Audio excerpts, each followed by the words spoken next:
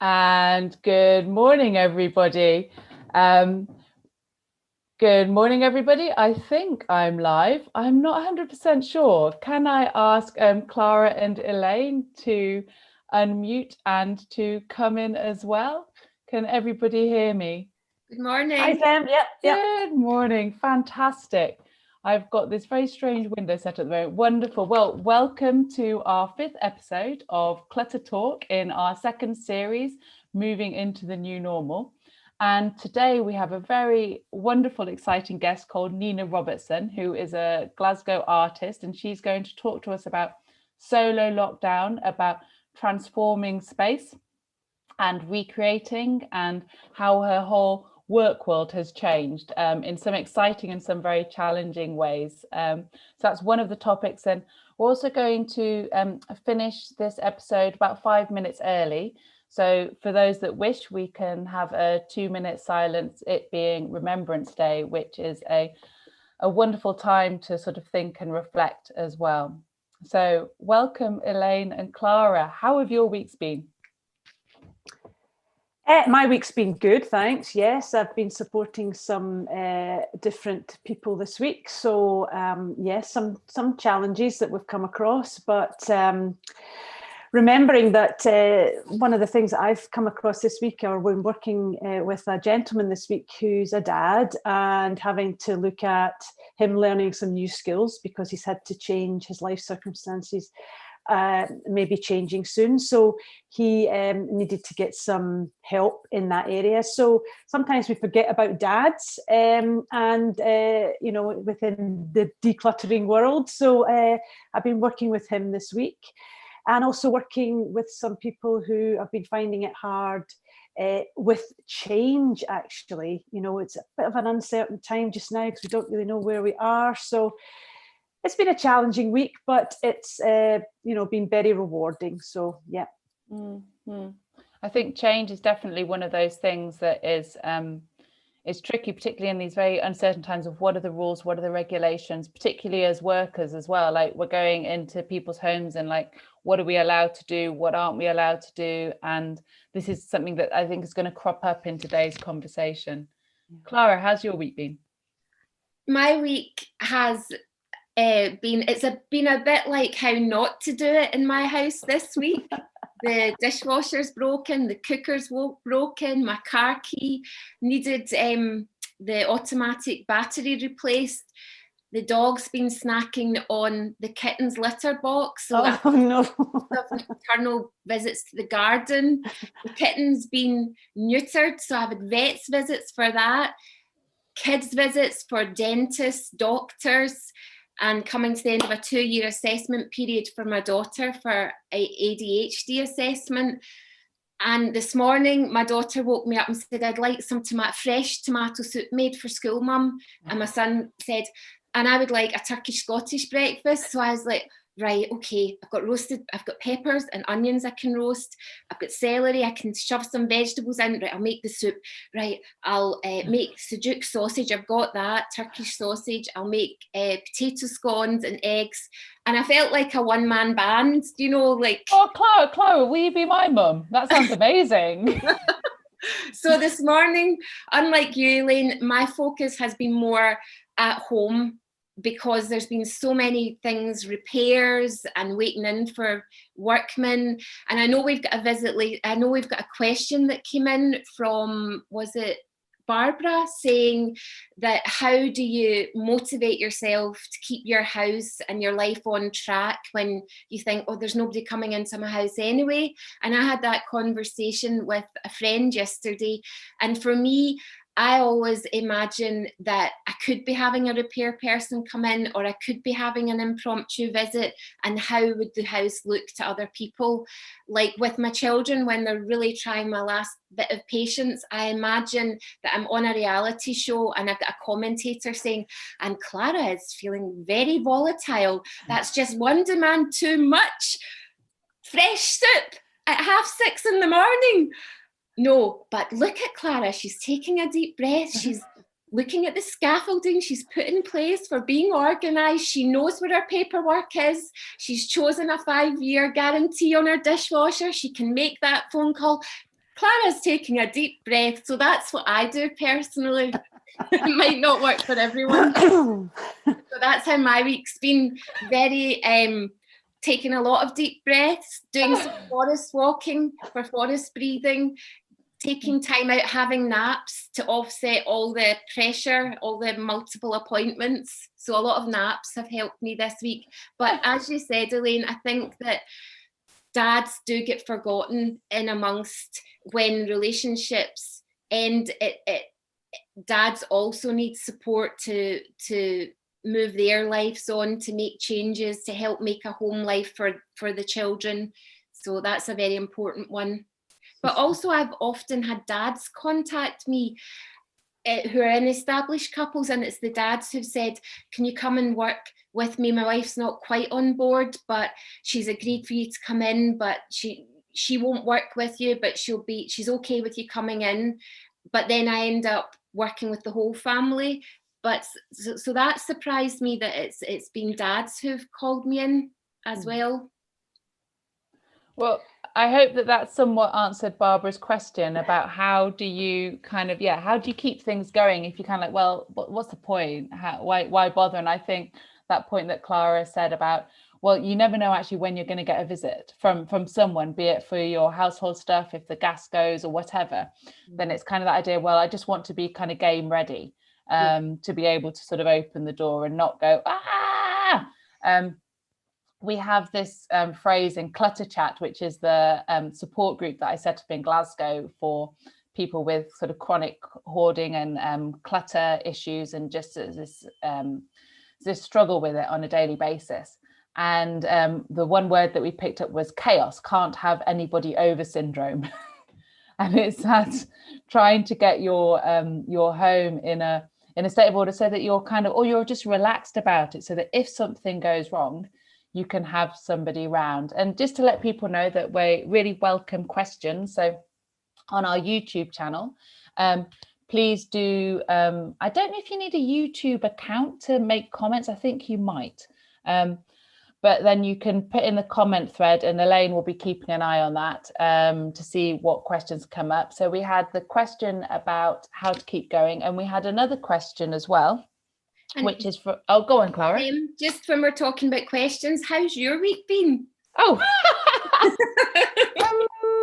well, I think it's been really good. Like, so I'm in England at the moment with my mum and dad, and I've had a really good run of it because I've had sort of quite chronic hip issues and health issues. So I've come down here and I've been able to go swimming. And last Wednesday was a great day before lockdown because I went swimming, I went for a walk, and I also managed to do singing outside in a community group, which was lovely. There was sort of 12 of us under an awning. And now we're sort of going into lockdown. I mean, it's fine. I'm in a beautiful part of the world. And a lot of my work now is kind of virtual, and so it's working. I'm feeling kind of very, very blessed and lucky. And just again, I talk about this all the time, but the changing in the trees, and we've had these wonderful fungi and mushroom growing up, and so learning. And my dad's trying to get me to understand, and I just want to go, but can you eat them, Dad? Can you eat the mushrooms? And that's interesting because we've lost this whole generations, like there's 2-3 generations, and we don't have the knowledge. And I have a Latvian friend, and he's like, yeah, just went out and foraged and picked these and ate it because he's got it. He knows, he went out with his family. So aside from being slightly annoyed that I don't know whether I can eat or not these wonderful mushrooms that are growing up everywhere, I'm fairly steady, which is nice. Thank you. Good. And you've got that beautiful countryside that you're sitting in there, Zem. So yeah, it's a bit gloomy here in Glasgow this morning. It's a bit grey. Well, I mean, even when it's grey and mucky here, there's so much variation in the colouring that it's not as depressing. So yeah, it's so that's an interesting point, and it's an interesting word that you've used there, that something is depressing, and I think I've just done a post this week about, in these times we all tend to think we're thinking quite a lot in the negative sense because we don't know what's happening, and we that's just our normal thing to do. We're a bit worried and etc. My post was about us trying to have a look at the good things. So the good things in your week were that you were learning to go out and you were foraging, learning something new. And sometimes I think we tend to err towards the negative, and we forget about all the good things that have happened in the week. So this week, when I've been working with some clients, I've asked them to have a think about some of the good things that have happened this week, or the exciting things, or the things that they really like, and getting them to spend sort of 5 or 10 minutes each day just focusing on that. Because sometimes sitting watching the television, it's all gloom, gloom, gloom. And also change-wise, we don't know what we're doing. Are we in lockdown? Are we not in lockdown? And there's all this anxiety about, should we be out of our health board area? Are we out of our health board area? What is our health board area? All these sort of things. So I've sat with a few people this week and said, look, let's just focus on the good things that have happened and let's embrace them. And that may take us down another path that might be a wee bit more joyful, and bring a bit more sort of lightheartedness or some happiness into our day, rather than us being so down. And the weather is so gloomy that's very easy to happen. I mean, even I get up and go, oh no, here we go. But I consciously try to make an effort and thinking, right, okay, so what's good about today, so that's maybe something that a lot of people might try. It's a little challenge that maybe set, maybe also, do a 5-minute thing. What has been good today? I know it's not, people don't like to say about gratitude. Some people don't like to label it like that, but it's really more about just acknowledging what's nice and what's good in your day or around you, or who you speak to. And what I've really enjoyed as well, because I realise that I'm in a very good situation, and what I've liked is it when friends have gone, just enjoy it, Zem. Just like, I'm glad for you. You enjoy it. I know I'm stuck in a city with all this pollution and I can't get out, but at least I know that someone's enjoying, and so that's actually been really helpful, because otherwise I or one can feel guilt, about having. And one of the things that I always kind of went forward with in sort of my decluttering career is that people have so much around them, and enjoy it. Enjoy what you have and don't feel guilty about having so much, because I think the worst thing is if you have it and you don't enjoy it.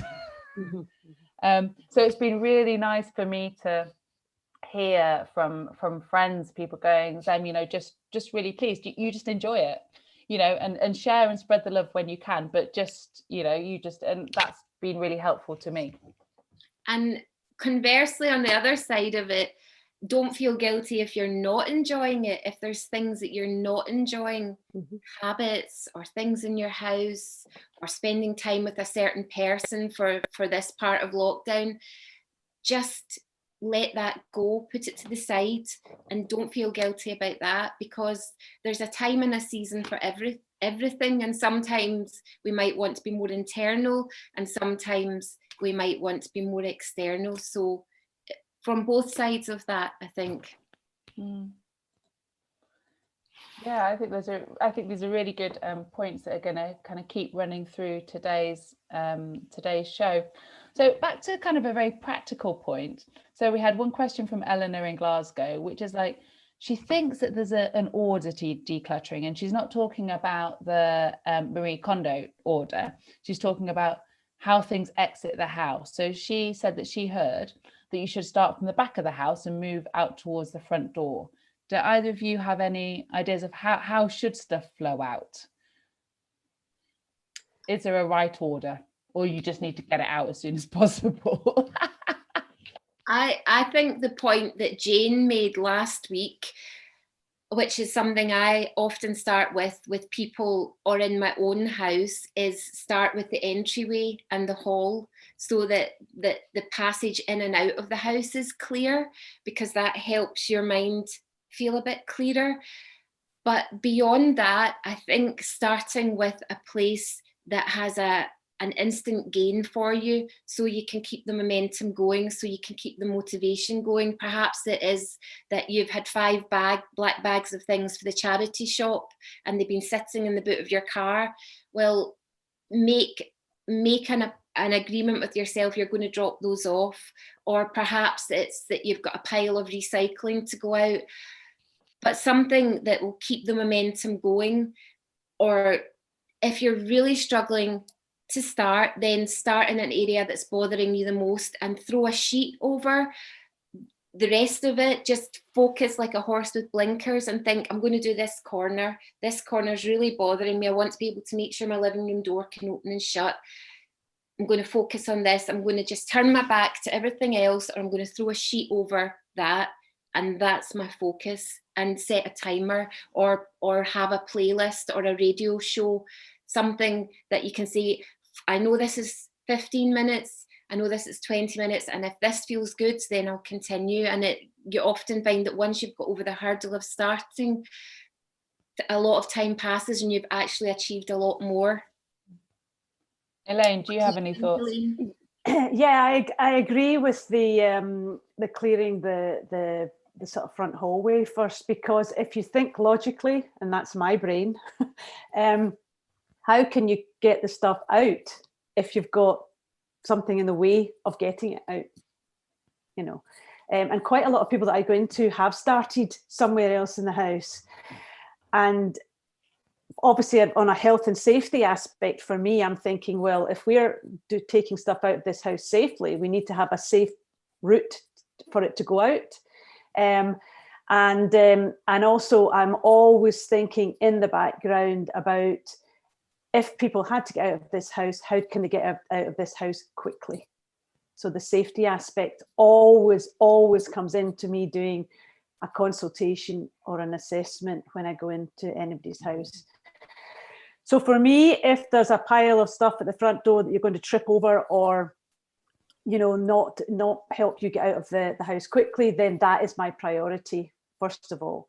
But then, as Clara said, I think different people have different priorities of areas within the house that they need to look at. And that might be, if they can't get into their bed in the bedroom, physically into bed, then obviously we need to clear the bedroom to make sure the person can get into bed. And sometimes that happens, or they can't make food in the kitchen because the kitchen's too cluttered, then we must prioritize, these areas as well. So I think for me, it's getting a safe passageway either out the back door or out the front door, and then looking at what is going to impact the most for that particular person in their particular situation. So I don't think there's one clear answer to this. It depends, and it depends on your mental attitude to the area that you want to declutter. But I think one thing that is clear is that please make sure that you can get in and out of your home safely. And I would echo the idea of pathways. So if the original question was, should you start at the sort of the back of house and move to the front door or whatever? But what I would say is that I've been in the situation, for example, where the kitchen's been very cluttered, and I've made sure that the corridor's clear and the exit's clear, but also I've made a beeline for the window and cleared the area in front of the window. So you create this pathway and the light comes in. So if you've got a very kind of dark or full up room, what I would suggest is you start trying to break it up into small islands. So rather than one big hillock, you have an archipelago with sort of streams running through, and they all flow out. So you kind of start to break it up. And one of those ways is just kind of try and create a path straight towards the window and just start to break it down, and then get the flow. And you might have a few oxbow lakes going on, you might have a few sort of dead ends or whatever, but just try and start breaking it up and get the flow. But definitely the exit, keep that clear, and then just start trying to have tributaries. I'm going for the water metaphor. Try and have tributaries going into the exit. I agree. And sometimes you're using water. I sometimes use like a tree. I call it the tree of destiny. And you've got that ultimate goal at the top of it. But in the way to get there, sometimes we have to branch out, and that goes back to changing routines and things like that. Sometimes we have to adapt. And it's interesting because Chrissy's just texted here and said, I've been doing gratefulness every day, gratitude every day, and it's really helped me. And now with meditation and putting routines in place, I have realized that changing routines have been key to me changing. So, this is the thing, it's not a straight line to anything, as you said, use a river, use a tree, whatever you want to use, but sometimes we have to have the ability to break off, do something else that then brings us back to then get us on to the next bit. So it's not a straight corridor or a straight pathway, as you say, but it's interesting how everything sort of merges in together. We're talking about the pathway of getting things out the house, but that is also the pathway of our mind as well. So it is good. Can I just say, major thumbs up to Chrissy for being able to change habits and change routines. That is phenomenal. Like, as soon as you realize you can change a habit, the world is your oyster. As soon as you realize that you've done it, you've just changed one habit, you can do it again. So I think I would ask viewers just to think, if you're struggling to change, if you've ever changed a habit in your life, think about it. Maybe you've given up smoking, or maybe you've changed what you've eaten, and just apply that principle and that knowledge. And if you can change a habit, you are winning, because that's brilliant. So really well done, Chrissy. Like super proud and chuffed for you. Yeah, but well done, Chrissy. And I just wanted to add to what Zem and Elaine were saying, that when you're looking, and I love the imagery you both used, and when you're looking at those pathways in your home, you're also looking at who you're sharing your home with, whether it's an actual person or a pet, or whether it's the memory of a person, or whether it's other people's belongings that have somehow accumulated in your home. So when you're looking at those pathways, it also helps to gather up things that belong to other people in the one area.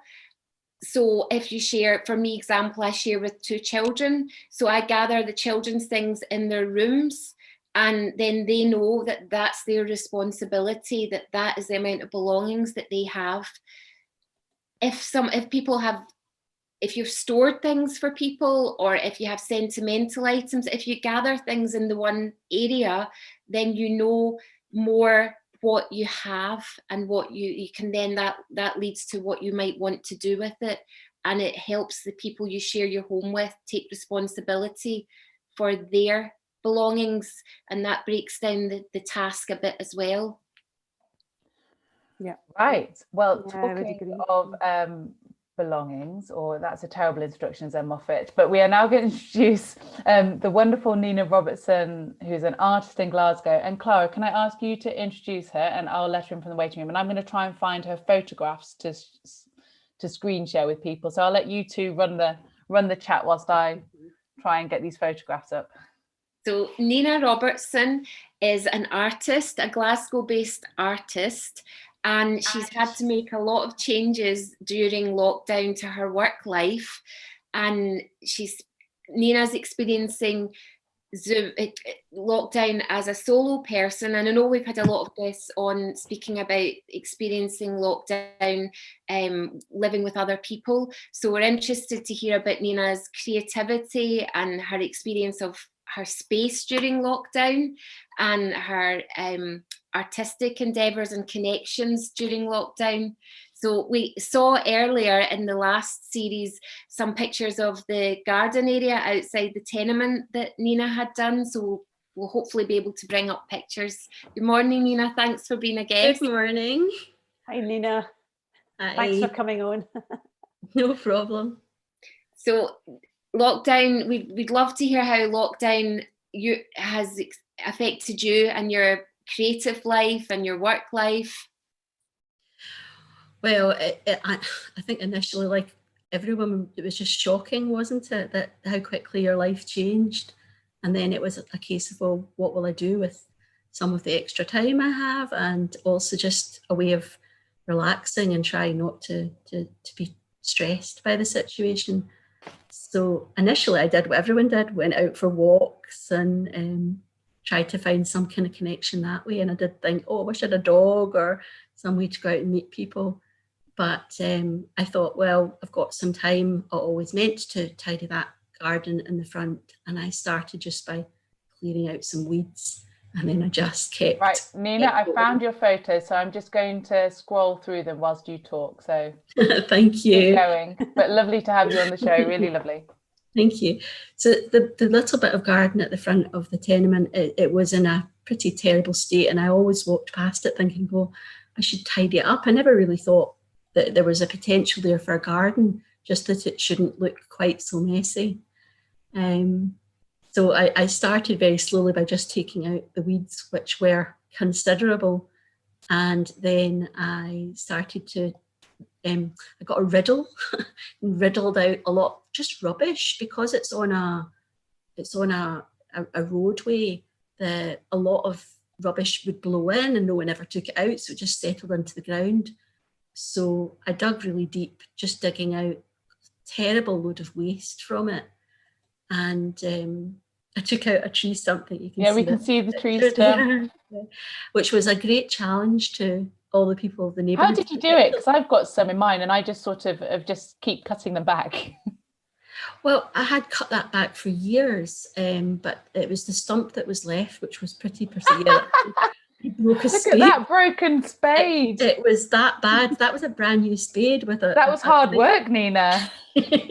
Well, a lot of men who were wandering by felt like it was a challenge to them and would take bits of it out. So they would take a wee bit and then they'd come back. I'll come back tomorrow with this other bit of equipment and I'll get it. But in the end, it was just persistence, a little bit at a time, until, I mean, that big root was the biggest bit of it that came out, but a lot of it was just me picking away at it. Great persistence, and never was there more joy when I had an empty hole where the stump had been. And here we see your flowers coming in. This is me starting to plant up. I've changed a lot of it and moved things around as I've learned about the plants, but initially I was just desperate to put anything in there. And that's your poem you made? Yeah, I put a little poem out, and then I put a request for bits and pieces to mosaic the wall. The wall was in a terrible state, as in broken into lots of little bits. I don't know if you can see it there. And I thought I'll patch it back together and mosaic it so people can, there's lots of beads, and people started giving me amazing things. So I've now patched the wall back together and I've started mosaicing it.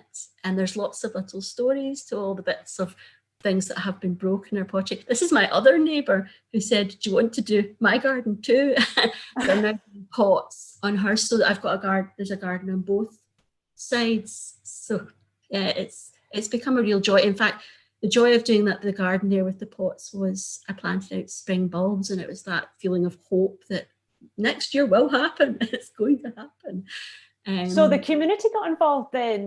Definitely, yeah. So and brought the community together. Definitely. I mean, neither of the gardens belong to me, so it's their neighbours' gardens, and lots of people would comment as they're walking past, oh, you're doing a great job, or that's a hard work, and I've had lots of conversations. I didn't have a dog to have that kind of go out and make conversations with people. But also there's a new build across the road from me. And initially when it was there, I thought, what a shame, because I'd looked out onto grass and trees and an open space. And I thought they were going to build there.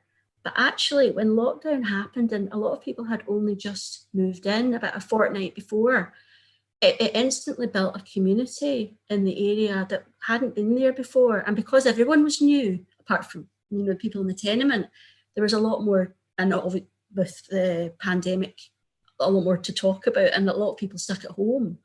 So yeah, it built a community very quickly. And I think one of the things was that wee growing garden coming there.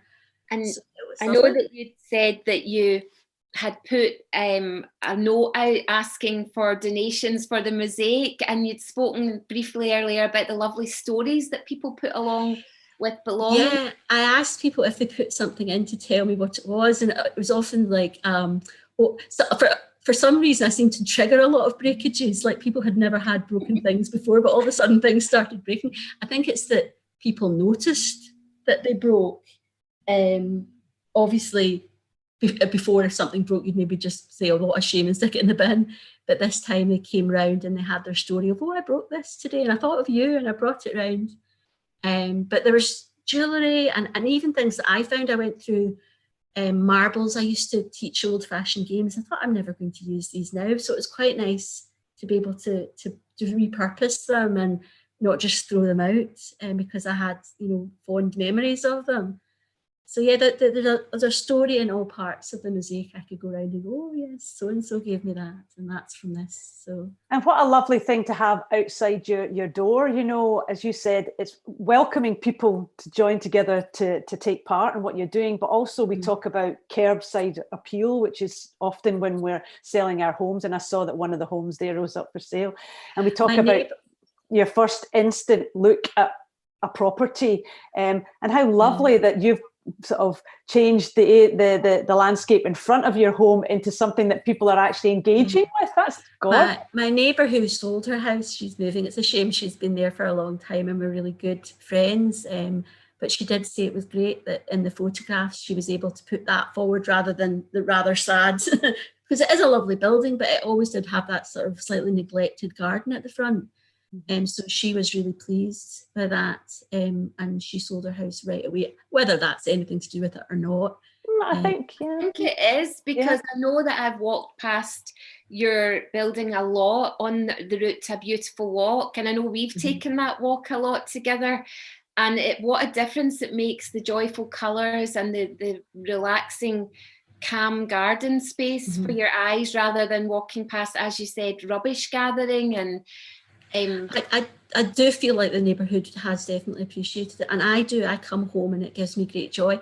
At the moment, I've been coming home at night and I've planted out lots of winter pansies, thinking, well, you know, how much do you really appreciate these things? But I'd planted white pansies out, and when I put them in, they didn't have flowers on them, and I never really thought of anything of them, but they're like little ghosts welcoming me home now. I can see them from like quite a mile, because they're white, and against the darkness they just come out. And actually the mosaic sparkles under the street light, so it even though you wouldn't think at night time you could appreciate a garden, I certainly appreciate it coming home. It is quite welcoming, and I do like the idea of the bulbs, that feeling of hope that there's things that are planted that I can't see that are going to come up. Thanks for sharing that. It's a beautiful project, and that's been a big change for you during lockdown. And I know that because Nina and I have known each other since we were 14, so I know you've spoken for years about wanting a garden space and wanting an allotment space. So you finally fulfilled part of a dream during lockdown, but you've also had to make changes teaching your art class during lockdown, haven't you? When we went into lockdown, I really just said to my art classes, well, I'll see you all next week on Zoom. And I did that because, and not really knowing what that meant, I sort of knew what Zoom was, but I'd never used it. And I had to figure out how to use it. And my students, more importantly, had to engage with it. And a lot of them are, you know, older and retired, and, you know, that was a big thing to get over that hump, and it wouldn't have happened otherwise, because with the people I was working with, teaching at that time, they wouldn't have wanted to do that. So it made a lot of us learn different things, and it was great to have that connection. And I did have to change quite a lot how I was teaching the art classes. I hadn't realised how much more I would have to step in and demonstrate more. And so there was good things from it, bad things in that my students' work became less of the focus, and I'm trying at the moment with my Zoom classes to try and switch that focus back to them. But it is much easier to demonstrate on Zoom than it is to see what other people are doing. Although we figured it out with things like the screen sharing, and I can draw on the screen to sort of fix bits or change proportions. But it's been a huge learning experience. We were briefly back during that wee honeymoon period when things looked like they were getting better, and it's just recently that I've gone back to the Zoom classes again, because I think over this winter period that's going to be the way forward. But it is quite strange for your home to become where you're working from. There's definitely pluses, you know, in that I've got all my equipment to hand, but there are minuses. And while we have managed to keep a bit of the art community going, a little bit of it has been lost, not least because some people just won't engage with the new technology. And I feel most strongly for them. I understand why it's difficult, but it's sad for those people who are completely stuck. Can I ask Nina, sorry, I'm really interested, how do you think your creativity has helped you through this, or helped or hindered? I mean, how do you think creativity has helped you navigate and negotiate all these changes? As it has throughout all my life, it is the thing that is always there when things go well or when things go wrong. And it's a huge escape to be able to be creative. I escaped to my garden so I could get outside, and that was my creative outlet. But when I'm inside and painting, the world really is your oyster. You can be anywhere and do anything, think anything.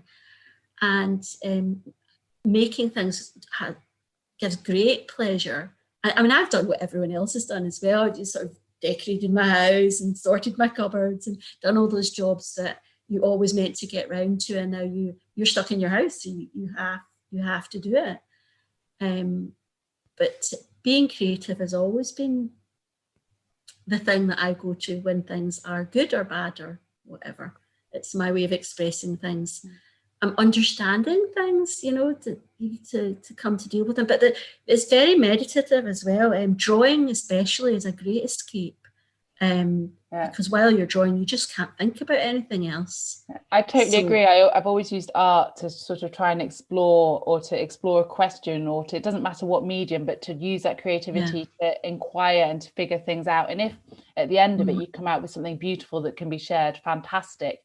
But really it's just, I just need to figure something out. And I would really, for anyone that thinks that they're not creative who are watching this, then just give it a go. This is the absolute time, whatever it is, words, visuals, whatever it is, just have a go, and just pretend you're back at sort of primary school, kindergarten, with all the paints. Definitely. No one's judging, no one's watching.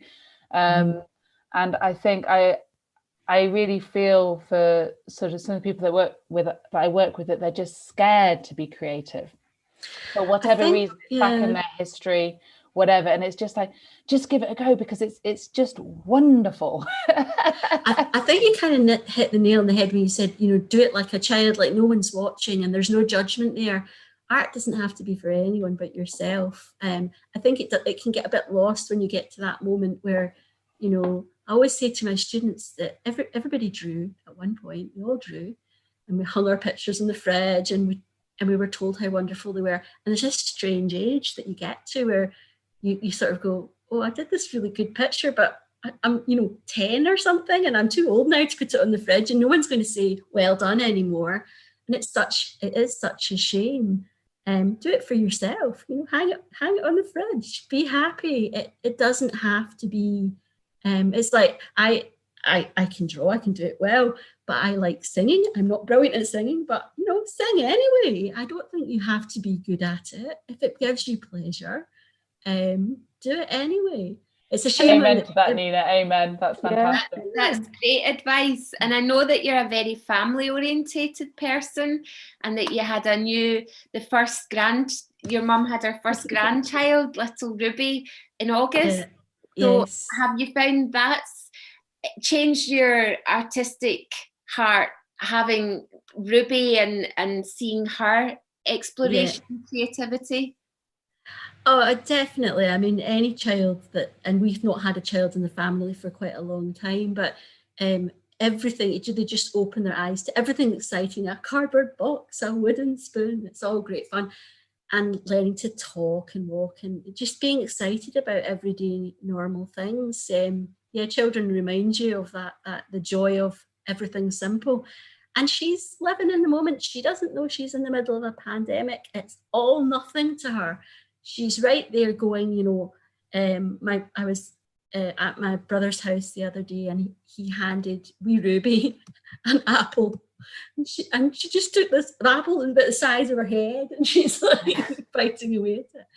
And it was like the most exciting thing anyone had ever done. And simple pleasure. Yeah, I think we can learn a lot from children. That sense of joy and openness, and like ability to adapt actually to the changing circumstances. As you said, Ruby doesn't know she's in a pandemic. To her, this is just, the world's changing every minute, let alone every day for her, and she's just coping. She's just embracing it. I mean, I know some kids get to the point where they can't, but you know, at this moment. And Elaine, I wanted to ask, because you were thinking quite a lot about sort of people having to change their career or what. So how, as one gets older, we realize that there's changes, we become sometimes more resistant to, or more suspicious of change. Or so what kind of advice can we give, aside from learning from children? What Elaine, can you maybe talk a little bit about that? Yeah, I think the most challenging thing for people when they've been in one career for a long time is that the so-called stepping outside the box, or stepping outside of the thing that you know you can do. And my youngest son always says, "Mom, there is no box," you know, and he is right. He's right. There is no box, you know. We can all adapt and we can all change. It's just, have we got the courage to try? That's the first thing. And also sometimes we just need that gentle push to push us into a different part of our life. For example, a few years ago, I went and worked with a school teacher who had really quite a challenging job in the school that she was in, and was really, actually was affecting her physically. And she said to me, I can't do this anymore. And I was helping her with a room in her home that she said, I physically cannot go in this room because the memories of the stuff, that paperwork and all that in the room, it's got a terrible effect on my body. So can you help me? So I went in and helped her declutter the room.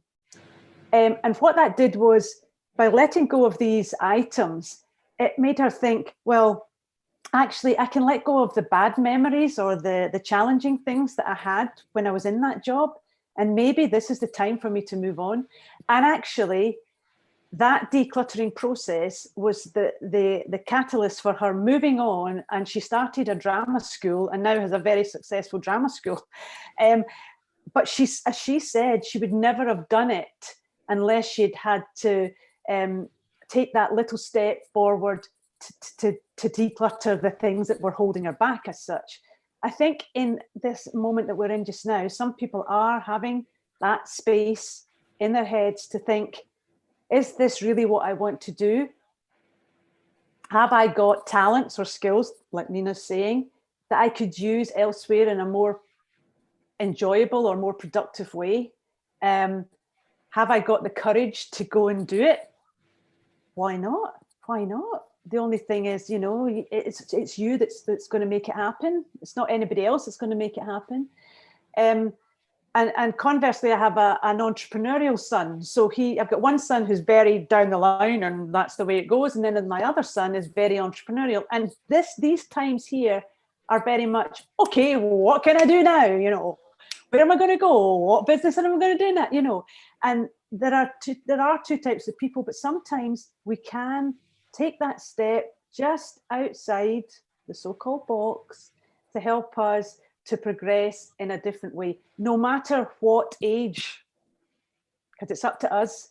So I was in education, and then at 40, I said, you know what? I'm going to start looking at what else I can do. And at 40, I set up my business, and then, you know, 15 odd years later, I'm doing this. It was linked, but nobody would have said I would have gone from education to this. But there you go. And I'm lovely and happy and all this, and I love this job. So I think there's a fear factor there for most people, but just taking that step might be what changes your life, or the next part of your life, you know. Yeah.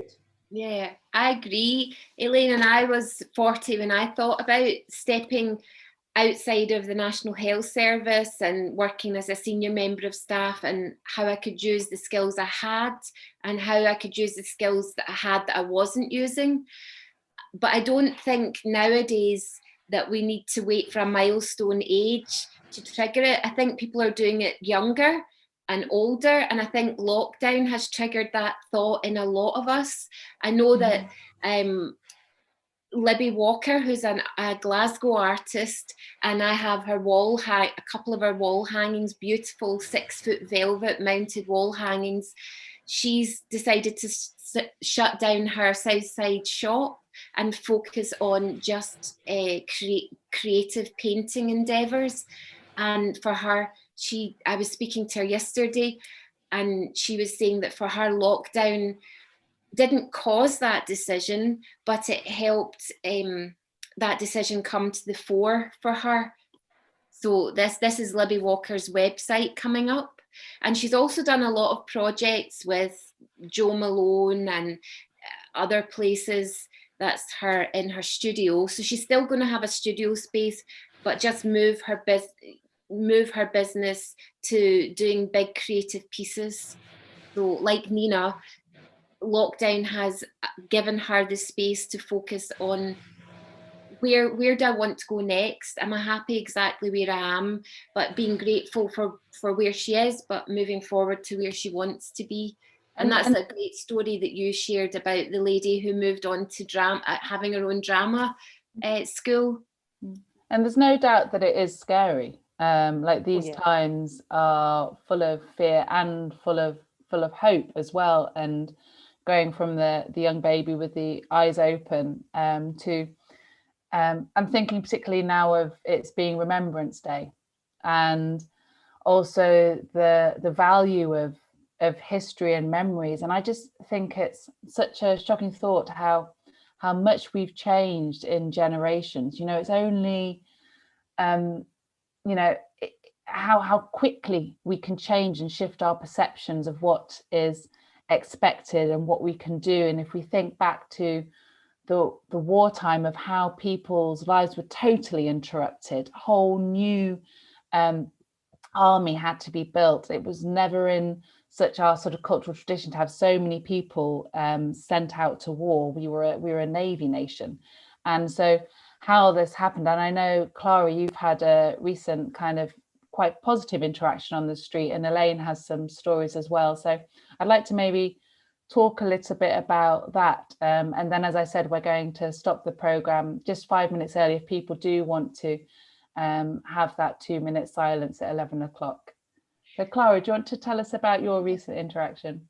My children really like to interact with people, and they've been brought up to communicate with people, partly because they have additional needs. They're both on the spectrum, the autistic spectrum, so they find social interactions more of a learning experience, being neurodiverse. So they will engage with people, like they'll say, oh, how's your day been? Are you having a good morning to a shopkeeper, or a good morning to someone when we're out walking? And we were walking at the weekend, and there was an older gentleman, very dapper, dressed up in his blazer jacket with his medals on. And we were speaking to him, and he was talking about his war experiences. And it was great, particularly for my son, who's learning about those war experiences at school at the moment, to hear it in real time from a person. And we were thanking him for his service. And I think that small 5-minute interaction meant a lot to us, and it meant a lot to him. So I know Jocelyn had commented that you don't need a dog to talk to people, and that's true. just a simple thing like Jocelyn was saying, I like your hat, or lovely weather. So I think these small moments are really meaningful, particularly at the times that we're currently living. Do you, Elaine? Yeah, I agree. And often when we are working with people decluttering, we often come across things like that, medals or, you know, ribbons, etc. And a lot of the times people know the story that's with them, but a lot of the times people don't. And that's one thing that I encourage, or like to try to encourage people to do. And that's a sort of, again, going back to the Swedish death clearing aspect of things, when you talk about the items that are in your home and then you pass them on earlier, you know, before people have been deceased or after a bereavement.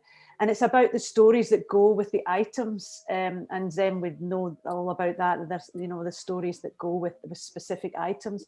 And I think especially with medals, sometimes, you know, we receive medals, or medals are in amongst clutter sometimes, and then people go, oh, I don't know what this is from. I don't know the story behind this, but I would have loved to have found out if this is my great grandfather's or my great uncle's or whatever. So what I would do is I would encourage people, if you have these sort of things, to talk about them and tell that, if you know the story, tell the story, because this can all be carried on for years and years and years. And we certainly do not want to forget what people have sacrificed, you know, before. And as Nina was saying, you know, sometimes these sort of things can be put into art projects, and the story that goes with them is more important than even the actual object or item. You know, Zem would probably comment on that, but I think sometimes we come across a lot of things like that, and especially memorabilia from different aspects of, you know, at the past. So I would encourage everybody, if you have objects like that and you do know the story, pass the story on, pass it on.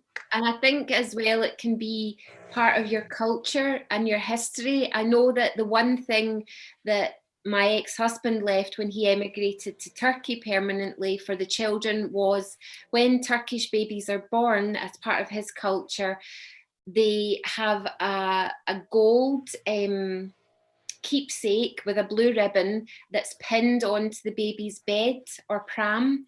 And it's like a blessing. I guess it's like a similar thing to the evil eye, where I guess something like about bringing wealth and health and happiness, protection to the baby.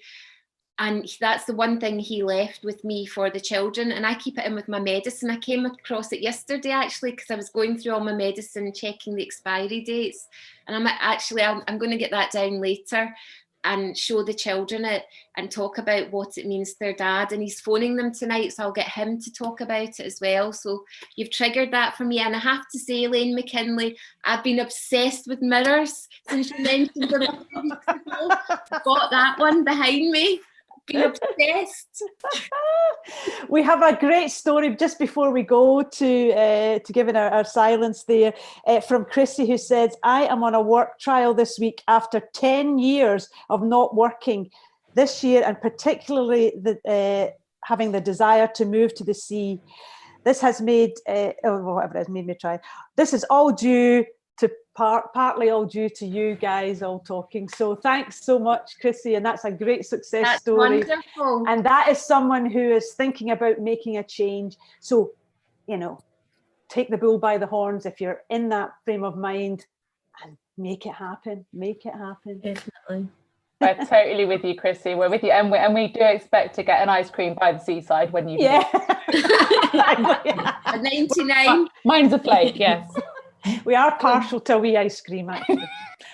But I'm totally loving this. I mean, it's all, for me, ever since starting working in this world, it's all about the stories behind the objects and using the stories to prompt connection. So shifting the attention, using the object as to prompt or provoke a conversation.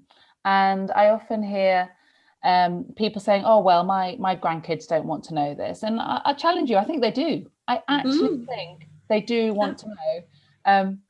So please do have the courage to say, oh, I've got this story about this. Like, the younger generation, they find it really interesting. Many of them do. Yes, you'll have some that don't, but I think for the majority, it's really fascinating to know how they're connected to the world, how they're rooted, where they come from.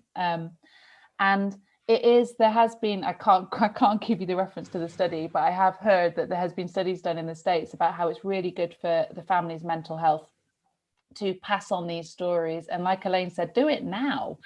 Don't wait. You don't know when you missed that chance, do you? Yeah. And if you don't have that many sort of alive connections, then there are archives and libraries and people who are just really wanting your stuff. So I know in Glasgow we've got a great one at the Mitchell Library.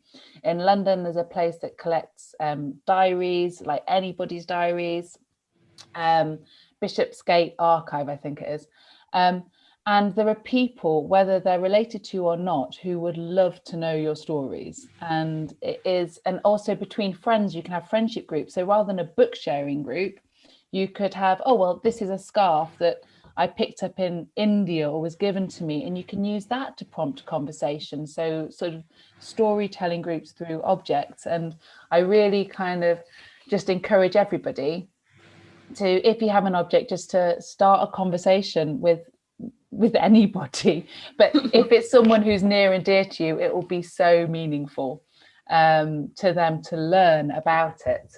So yes, I've gone off on one. I'll shut up. I would definitely agree, and that, I mean, that's with the mosaic that I did.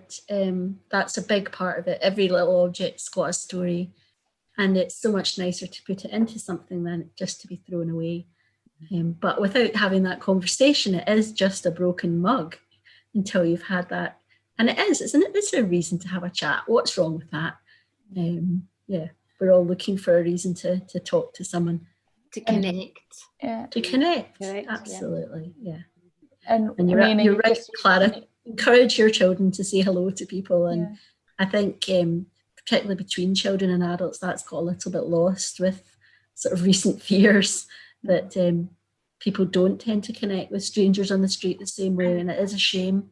And it for me, I just love that I sent my son to, I don't know, he was wanting to check out Harry Potter books in the railway station when we went on the Jacobite train journey, and he looked, and then he went to the train with my sister and his little sister, and then I went in and I bought him a book, and I bought his sister a wee talking hat, the sorting hat, as a surprise to take on the train. And the person said, oh, there was a wee boy in looking at things. I said, oh, that was my wee boy. And she said, oh, I'm so glad you've come in. What a pleasure. He asked me how my day was. Oh, that's amazing. That's made my day. It's so lovely to meet a child with manners and who's actually interested to talk and listen. And for me, that had me in tears. I enjoyed that more than the train trip, to just hear how someone had get a wee hidden secret snapshot of my son's life. So yeah, these connections, these moments are wonderful. Yeah, I would agree. That's really important. I can understand that would make her day, because certainly when anyone talks to you, but I think it is nice, and it happens so rarely now with children. So yes. Well, Nina and Clara and Elaine, thank you all ever so much. Nina, I think you brought it together wonderfully at the end of the programme. So just like to thank you for your time. And thank you from myself, Zem Moffat of Clutter Chat, and Elaine of Clear Mountain, and Clara Moore of Joyous Space. We're all in the Association of Professional Declutterers and Organisers, so you can find us very easily. Sorry we didn't get to answer everybody's questions. We had quite a few coming in. We'll try and answer them next week. But I just would like to invite everybody just to take the moment silence in a minute's time, just to remember. Just to remember and to sort of connect with our histories, and just to take that time. So thank you all very much, and we look forward to seeing you next week.